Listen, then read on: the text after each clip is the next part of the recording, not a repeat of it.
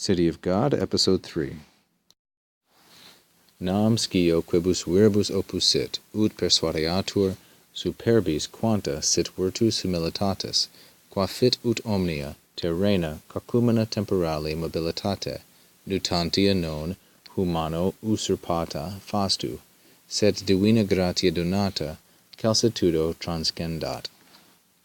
He continues by saying, For I know, quibus viribus, what strength, what power, what ability is necessary. This idiom opus esse means there is a need for, and this one is subjunctive because it is part of an indirect question, rogatio obliqua.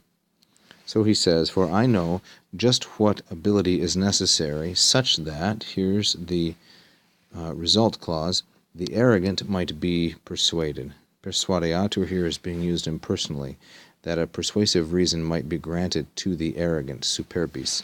And superbis, of course, is masculine, plural, and dative.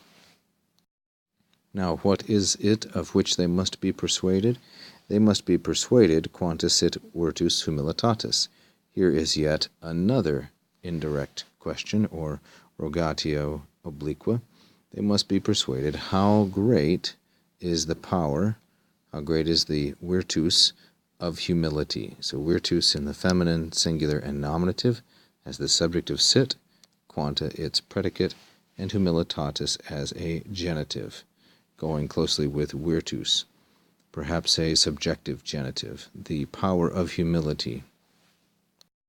And now the rest, of course, is a relative clause, which is dependent on humilitatis. So the antecedent of qua is humilitatis.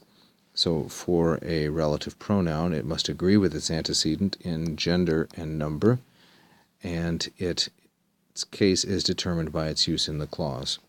So whereas humilitatis, the antecedent is genitive, qua, the pronoun, is ablative.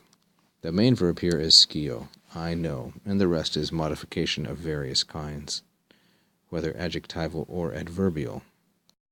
So it is a humility by which it happens, ut, etc., that all of the earthly peaks, cacumena, these are the mountain peaks or mountain tops, that are trembling or wavering because of their chronological, ability to be shaken, temporali mobilitate.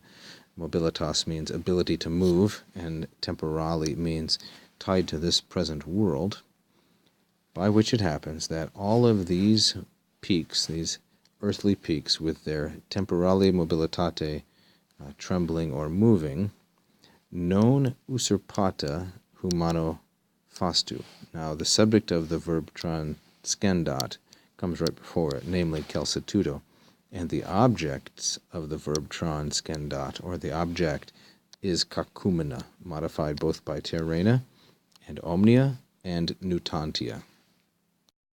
So, by this humility it happens that loftiness, that is not acquired, non usurpata, by human arrogance, but it is a loftiness, a calcitudo, that is donata, given by divine grace.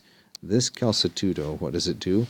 It rises above or surpasses the cacumena. Here is an image of the cover of the Bettenson translation of St. Augustine's City of God by Penguin, a very good translation.